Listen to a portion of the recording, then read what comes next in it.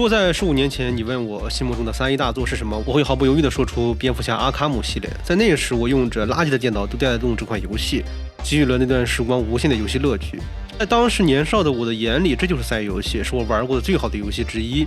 阿卡姆系列第一作是《阿卡姆疯人院》，是2009年的作品，距今已经有17年了。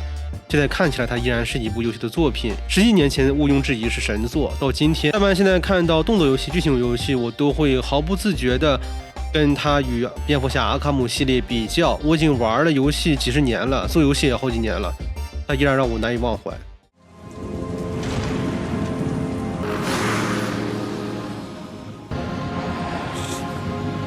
Stand back, fool! I've got a bomb. All right. 阿卡姆疯人院的故事就是从疯人院开始，小丑被蝙蝠侠亲自押送过来，他一路喋喋不休地挑衅众人，没有停止说话的意思。不断狂笑的小丑，似乎他就是来监狱度假的。所有的人，蝙蝠侠、监狱长、狱警，比如像是波尔斯的家庭，对小丑来说都如数家珍。本作很伟大的是，小丑不止调侃蝙蝠侠，他调侃所有人，而且反派他也调侃。对蝙蝠侠恨之入骨的鳄鱼人，嚣张过后被电击伺候舒服蔫了，小丑立刻就想到自己可以做上皮鞋了。就在小丑要被押往重刑犯房间，蝙蝠侠和戈登局长感慨打击犯罪工作取得成果时，小丑被早就埋伏进来的小丑女哈利按计划解救了。不仅如此，小丑还从黑门监狱里面运来大量的囚犯，来到了阿卡姆疯人院，给蝙蝠侠练练手。Welcome to the madhouse, Batman. I set a trap, and you sprang it gloriously. 没想到这次轻易抓到小丑的行动，反而让蝙蝠侠进入了小丑的圈套中。两极反转，似乎监狱变成了小丑的个人城堡。在蝙蝠侠战斗小丑通过电视机观看及解说时，活脱脱的变成了 UFC 八角笼格斗的比赛现场，而玩家扮演的蝙蝠侠就是端上桌的待宰羔羊。2009年的游戏人物表情非常生动，很明显当时就已经使用了动捕技术，战斗解谜潜入，很好的融入到了关卡设计和剧情中。救救我！救救我！救救我！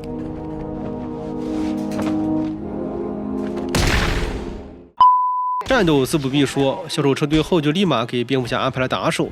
就在蝙蝠侠从管道绕路通过蝙蝠标远程打开吸烟机，把毒气吸走时，解谜也很好的融入了进来。在犯人倒反天光给狱警用刑时，蝙蝠侠就绕后解决了罪犯，切入玩法也丝滑切入。在游戏解谜拆开管道门时，有很好的力反馈，这在我的个人游戏生涯中留下了很深的印象。精神病院中，蝙蝠侠的 AI 电脑女助手毫无感情地进行情报汇报，伴随着背景中囚犯的狂笑和惨叫，与先知频繁的任务交流。小丑在广播中对蝙蝠侠的随意聒噪，蝙蝠侠在执行任务时似乎战斗时例行公事顺畅解决，可能玩家玩起来是惊险刺激的，但是游戏中对于蝙蝠侠的塑造使得战斗看上去都是轻松应对，小刀小刀罢了，给我们展现了一个非常冷酷、坚定、果敢、以暴制暴的独行侠形象。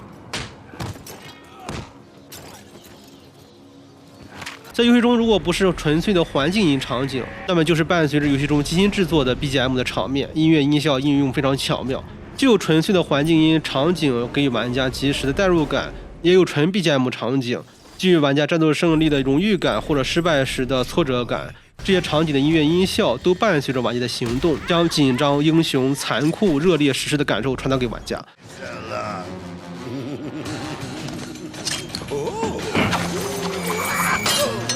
There's no escape, Joker. I will find you. Oh, I'm counting on it. Just not yet.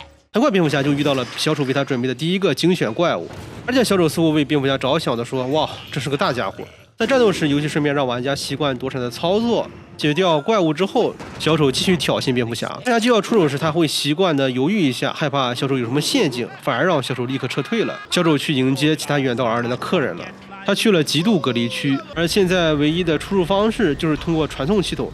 可是主安全栓被锁上了，于是这边相爱相杀的两人打起了视频电话。小丑为了防备蝙蝠侠的追踪，准备了一个保险措施。戈登被警察内奸波尔斯击晕了，这会儿戈登已经被带往哈利那里了。如果被小丑发现蝙蝠侠正在跟踪自己，戈登就死定了。而镜头的另一边，哈利已经跃跃欲试，准备动手打人了。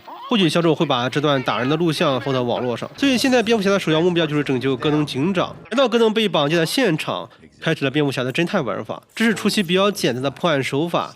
能够找到波尔斯的酒瓶。蝙蝠侠可以通过空气中残留的酒精气体进行追踪。其实这稍微有点离谱了。如果波尔斯警官喝酒喝多了，在厕所吐了，那我想最后蝙蝠侠会最终找到厕所，而戈登并不在那里。正常情况下，空气流动干扰酒精的挥发扩散，而且监狱里面应该都有很好的换气系统，这都会影响蝙蝠侠的追踪。倒不如蝙蝠侠去追踪戈登晕倒后被拖行的痕迹，或者戈登被扛走、运送人地面上的脚印深浅来追踪，显得靠谱得多。但是也极有可能蝙蝠侠当时已经掌握了高科技的产品，然后蝙蝠侠真的通过空气中的酒精浓度找到了戈登的踪影，但是哈利早就等着他了。Mr. J doesn't want you following us just yet.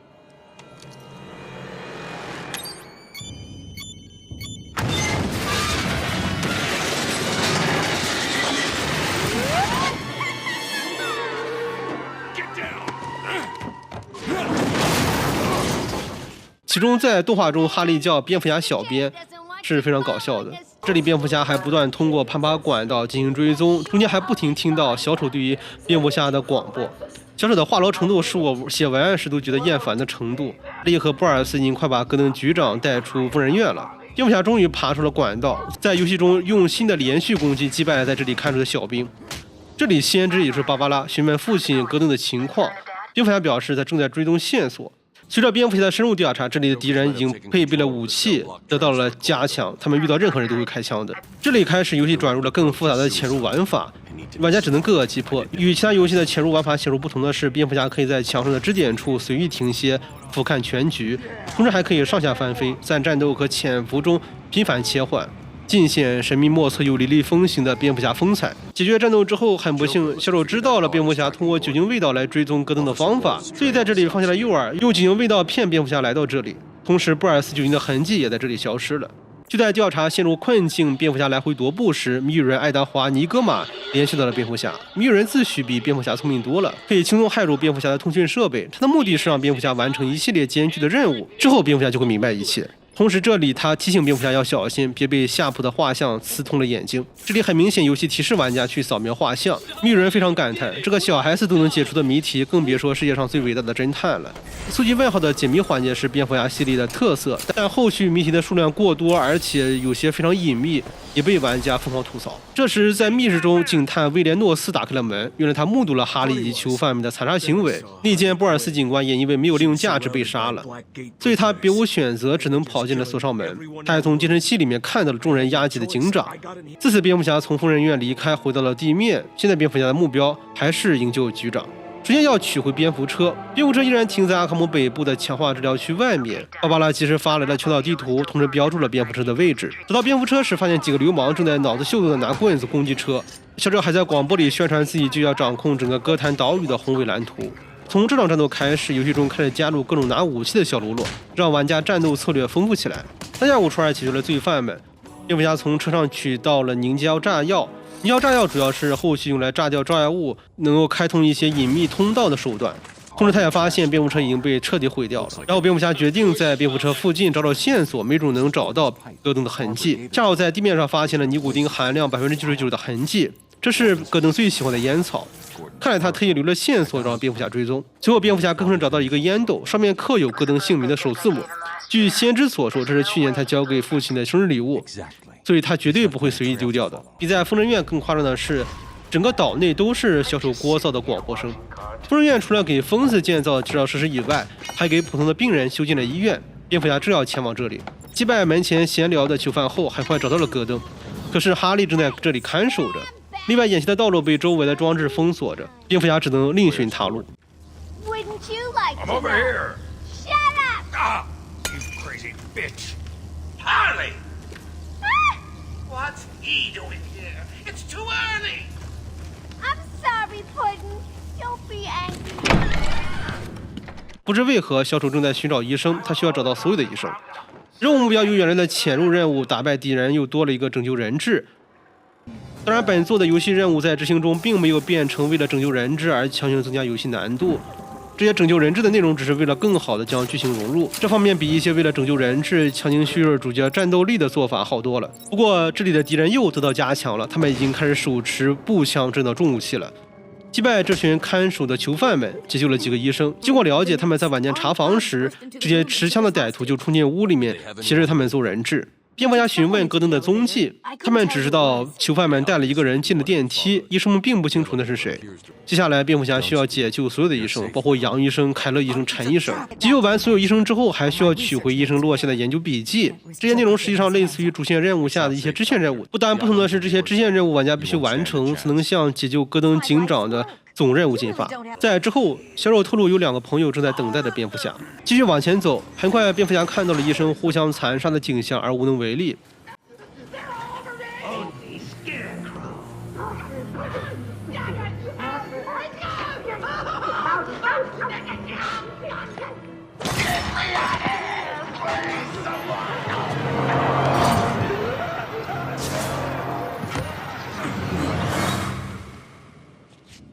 后续更是看到了戈登的尸体。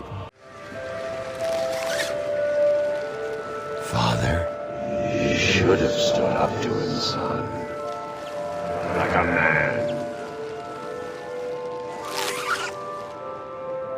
Mom? Help us, Bruce. Don't let us die.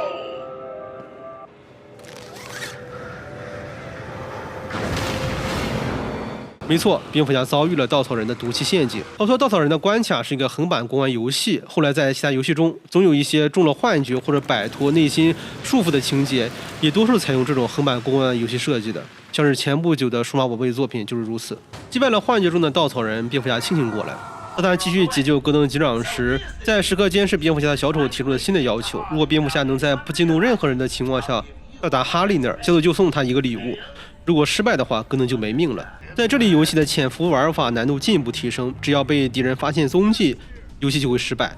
而且蝙蝠侠第1代中是没有掩藏尸体的方法的，所以这里难度还是有一些的。Do your worst. Too easy. Played you like a violin and...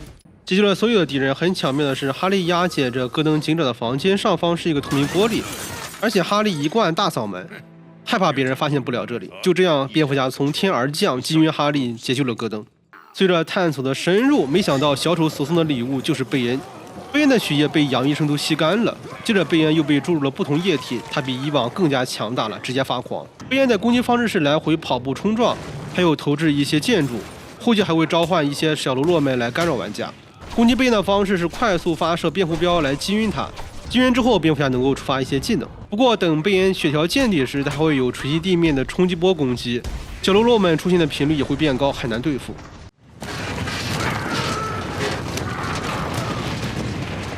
就在胜利向众人招手，蝙蝠侠与戈登商量后续时，贝恩又钻了出来，把蝙蝠侠控制住了。不过蝙蝠侠的手段更加高明。This time I break you.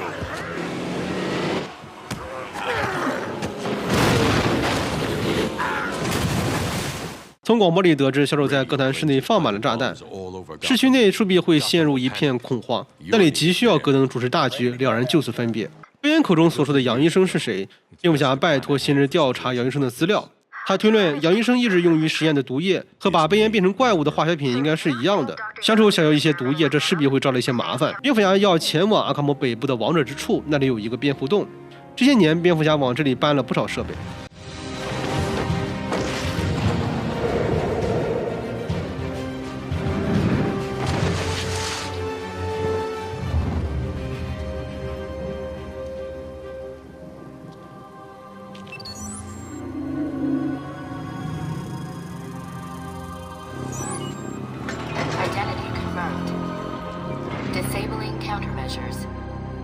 芭芭拉查到杨医生正在主导一个项目，相当庞大，有很多外部资金的支持。看起来他正在拿阿卡姆的病人做实验，确实做出的化学品跟原先的毒液化合物是有些相似的。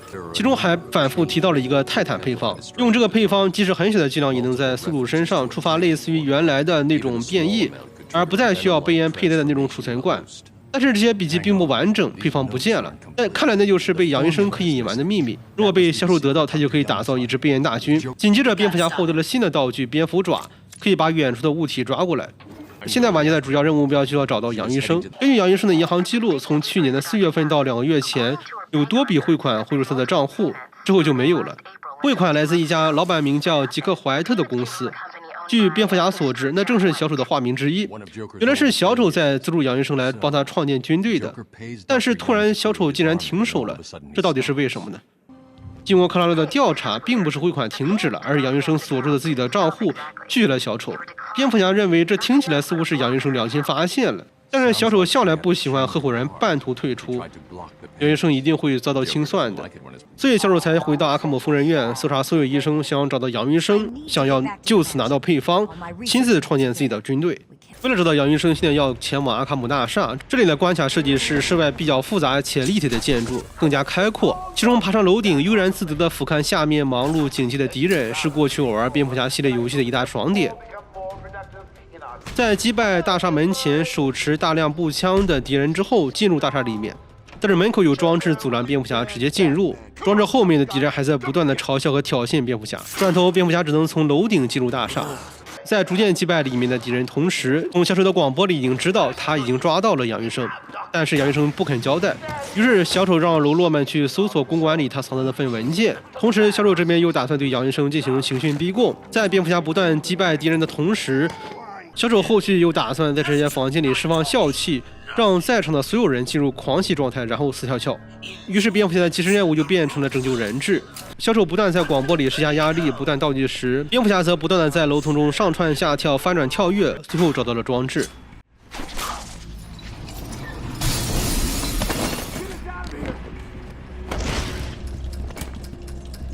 Remember the hostages? They're entering their final 60 seconds of remembering to breathe. Tick tock, tick tock. 通过蝙蝠侠的侦探模式，逐渐发现了杨医生的线索。与此同时，在哥谭警局的市中心也发现了小丑设置的炸弹，里面装的全都是杏仁软糖和小猫咪，所以那些炸弹都是小丑用来转移视线的。真正的行动就是在阿卡姆岛上。最终，蝙蝠侠用侦探模式找到了杨医生的配方，可是小丑并不会就此罢休，他打算借助萨斯的帮助，刑讯逼供，让杨医生交代出配方。所以现在蝙蝠侠急需从萨斯手中救出杨医生，从阿卡姆大厦出来，没想到正通着韦恩庄园。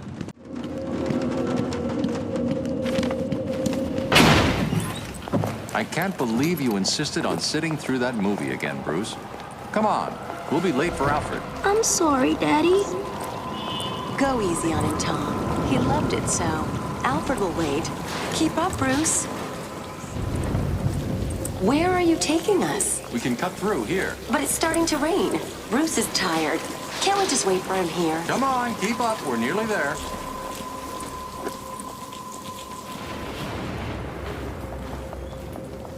Please, there's no need for this. Stay with me.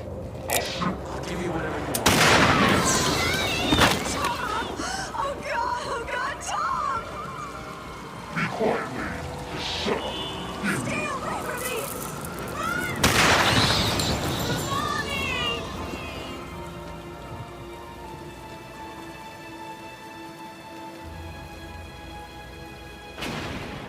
这里又重现了蝙蝠侠父母死去的情形。好吧，蝙蝠侠又陷入了稻草人的幻觉里了。这次的花样变多了，在横版躲藏玩法里面还加入了战斗。在这个模式下，不仅一旦被稻草人发现就失败了，如果战斗失误也会失败的。不过游戏中还好有一些中间的存档点，不会让玩家从头再来。搜查到最后，发现杨医生被困在院长办公室了。这里用蝙蝠侠击落谷中，蝙蝠侠顺势而下，打开了一条通路。在这里往前继续前进时，蝙蝠侠又遇到了手拿电击棒的新型敌人。这里游戏让玩家熟练躲闪操作，电棍攻击的罪犯是没法反击的，只能靠躲闪。这很像是其他动作游戏中敌人的霸体技能，只能躲不能盾反击，本质上是一样的设计。最终这里打败了精英敌人，蝙蝠侠顺利找到了杨医生，不过他被敌人挟持了。这里需要蝙蝠侠躲在暗处，扔出蝙蝠镖击败敌人，解救人质。据杨医生所说，他是被小丑威胁的，虽然配方被他藏起来了，但这里他受不了刑罚，吐露出了配方。据杨医生透露，在花园里有一个隐秘的实验室被锁着，那里正是制造毒液的地方。整个岛的安全密码都在院长的保险箱里。就在杨医生将要打开保险箱时，没想到小丑早就在保险箱上安装了炸弹。蝙蝠侠随着爆炸被击晕，随后哈利现身，带着一群罪犯，想给蝙蝠侠一顿教训。没想到蝙蝠侠已经很快恢复过来，击败了罪犯。当蝙蝠侠来查看杨云生时，发现他已经身亡了。游戏中 NPC 的剧情杀下线是真果断。现在的线索就是杨云生所说的植物园里的那处实验室了。原本的保险箱靠着韦恩科技是能打开的，可惜音波仪被小丑炸掉保险箱时一块摧毁了。现在寻找被哈利抓到的院长是蝙蝠侠现在的唯一希望。进入侦探模式，根据院长的 DNA 来寻找踪迹。蝙蝠侠随后来到主厅，现在这里多了很多手持枪械的敌人。这里地面地形相对简单，没有太多可以躲藏的地方，但是高处有不少落脚点，适合蝙蝠侠上下翻飞。之后跟随院长的 DNA 踪迹走出大厅，来到了疯人院的西部，这里关押着毒藤女。在这里，蝙蝠侠通过一通搜寻，最终找到了院长。同时，蝙蝠侠从监视器里看到哈利的踪迹，他将毒藤女放了出来。That feels so much better.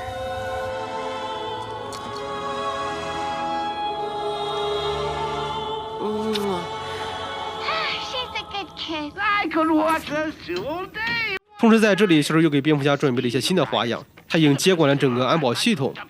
虽然院长有音波生成仪，但办公室里没有终端，那也没有用。所以蝙蝠侠利用音波生成仪生成了新的道具——密码音序器。通过这个道具，多了一些破解安保系统、揭开密码的小游戏。这样，原来拦截蝙蝠侠去处的充电装置就可以解除了。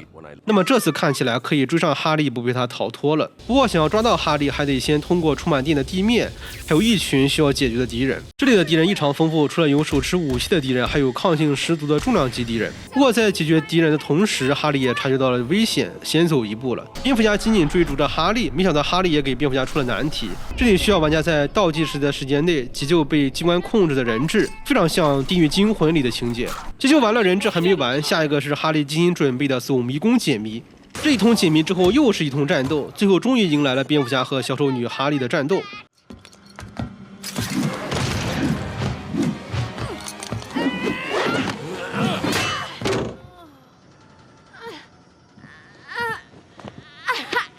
Hey, hands up the merchandise. 没想到蝙蝠侠只通过一击就打败了哈利，拿走了他的计划，还扫描了他的指纹。一切结束之后，将他关在了这里。哈利被关到监狱里时，又开始扮演可怜的女孩，啜泣起来。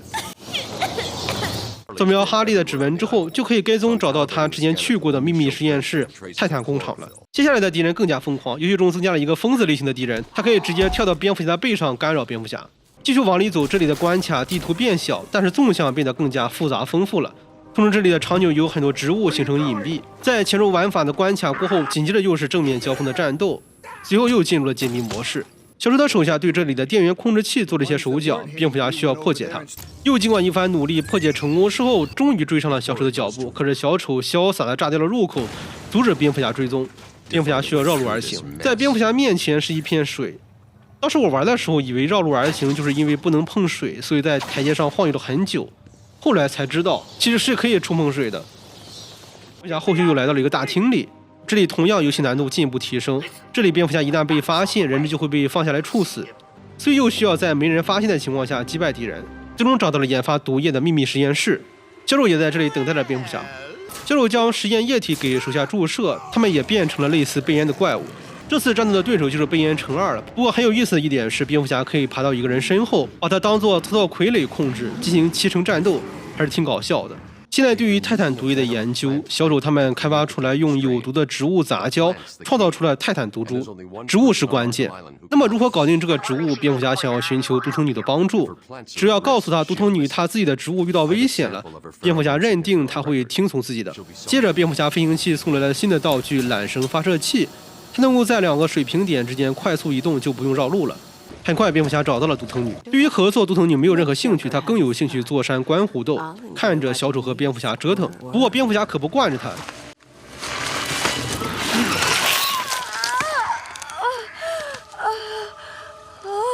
You've been in the dark too long. Every plant on this island will get the same unless you cooperate. 所以之后，毒藤女说出了解毒的方法，就在阿卡姆深处长了一些植物，它能够消除泰坦变化。不过植物就在鳄鱼人的巢穴里，那里非常危险。在前往鳄鱼巢穴的路上遍布敌人。不仅如此，小丑也继续给独藤女一些泰坦毒液，所以后续独藤女的植物也会阻碍蝙蝠侠的前进。泰坦毒液在独藤女身上产生了不一样的效果，它的植物正在疯狂生长，很快就要失控了。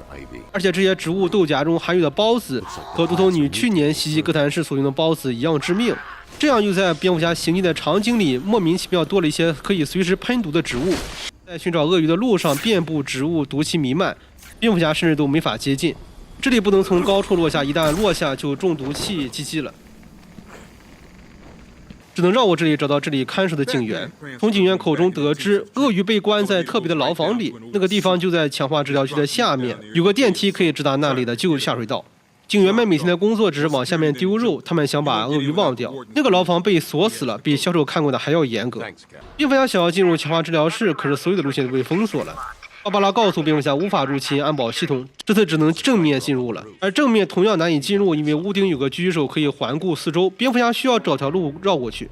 而在狙击手旁边的平台都是有尖刺的，不支持抓取，同样蝙蝠侠也无法飘过去。正确的方式就是去平台对面，然后搭起缆绳，挂着绳子滑过去，最后击败狙击手进入里面。这时阿卡姆岛到处都有地质活动，但是因为独藤女的植物疯狂生长，甚至破坏了整个阿卡姆岛的地貌，蝙蝠侠必须及时阻止它。与之前的潜入关卡不同，这次罪犯们甚至在高处安装了炸药，限制蝙蝠侠随时去高处落脚。现在蝙蝠侠去高处不能逗留，需要立刻转移，不然很快就被罪犯发现了。而且在这个关卡中，敌人的巡视范围更广，因为在这一带中无法处理尸体，很快尸体就能被发现，而发现尸体后，敌人的警戒度会变得更高，开始四处搜寻。所以这一关高处不能逗留，反而通过地下管道可以形成新的高低差，加上常规绕障碍物的方法来击败敌人。就在蝙蝠侠打败敌人继续前进时，突然蝙蝠侠被小丑和哈利押送前往了疯人院。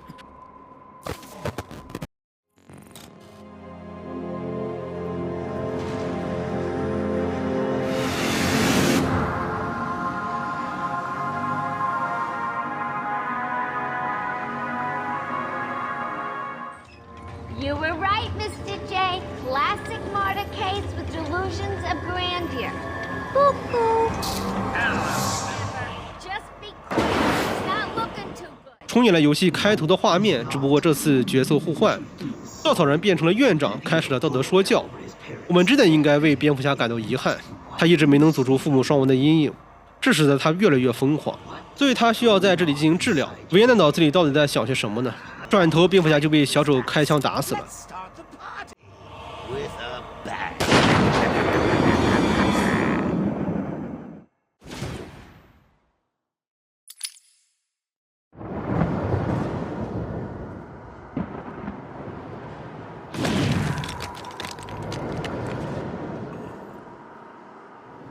没错，蝙蝠侠又中了稻草人的神经毒素，依然要进入一个平台闯关解谜游戏。同样，这次蝙蝠侠突破幻觉，看到了现实中的稻草人。稻草人非常惊讶，蝙蝠侠明明已经吞了足以让10人疯掉的毒素，怎么能依然清醒呢？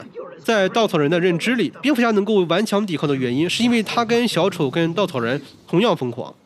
稻草人为了证明跟蝙蝠侠是相互依赖存在的，他在广播中宣称会在下水道里注入足够让100年内哥谭市每个人的思维都支离破碎的惊悚毒气。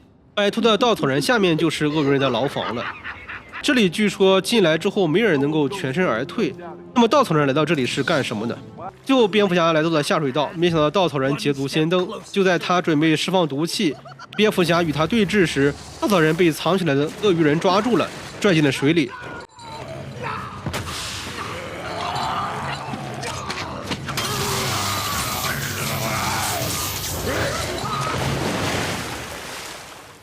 在这个地方，蝙蝠侠遇水就会融化，需要运用道具在平台之间各种移动。来到鳄鱼人的下水道地盘，这里同样跟迷宫一样，蝙蝠侠根据植物孢子的踪迹来跟踪鳄鱼人的位置。在这里就是我们常见的雷达寻宝玩法，在寻找鳄鱼人的同时，踩着的木板会不断发出声音，引起鳄鱼人的注意。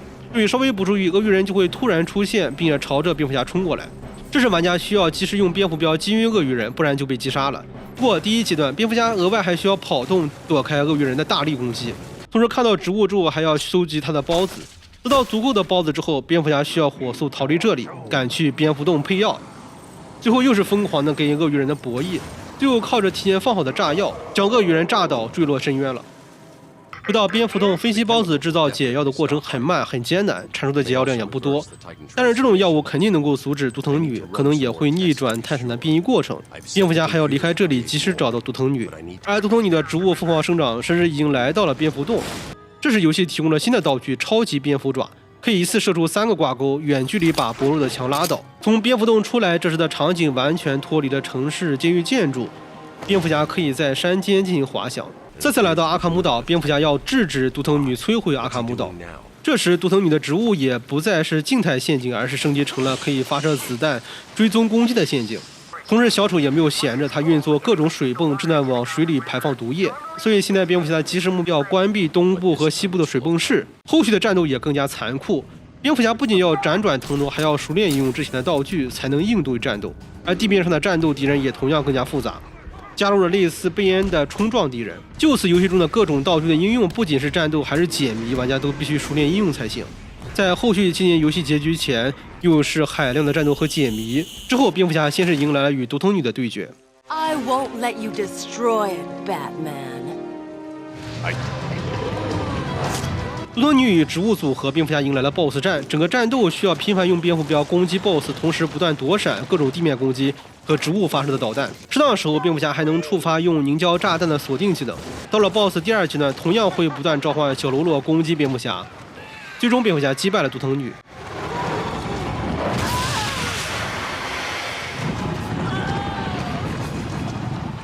之后就是找小丑算账了。没想到小丑一改常态，把蝙蝠侠当作贵宾，邀请他前来。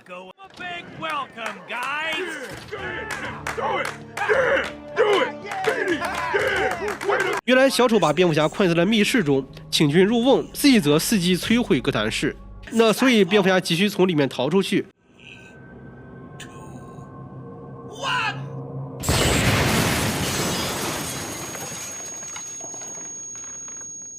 在经历了精神攻击之后，蝙蝠侠终于见到了小丑。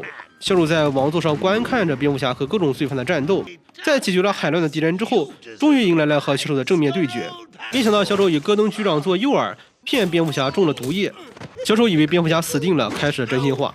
他斥责蝙蝠侠毁了自己美妙的夜晚，毁了自己好几个月的苦心经营。小丑只是想拿掉蝙蝠侠那令人讨厌的面具，并让他用小丑的方式来看一下这个世界，自己则躲在角落里咯咯的傻笑，心却在滴血。但即使那样，蝙蝠侠都拒绝了。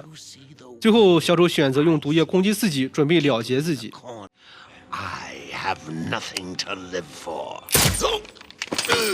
但是要知道，蝙蝠侠早就研究了解药，反而小丑中的毒液变成了泰坦形态。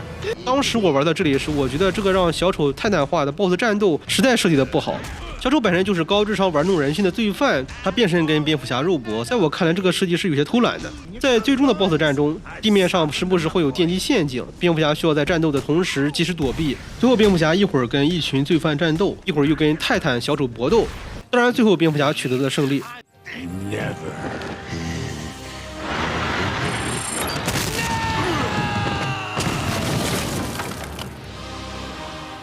毒藤女小丑再次回到了阿卡姆疯人院。Doctors are treating the injured, but it looks like it'll take some time. All super criminals are back in custody. Quite a mess in there. And the venom-enhanced inmates are returning to normal. Though for some, the process can be quite painful. 蝙蝠侠来不及庆祝，在他听到双面人抢劫银行的信息之后，赶快投入到下一场打击罪犯的活动中去了。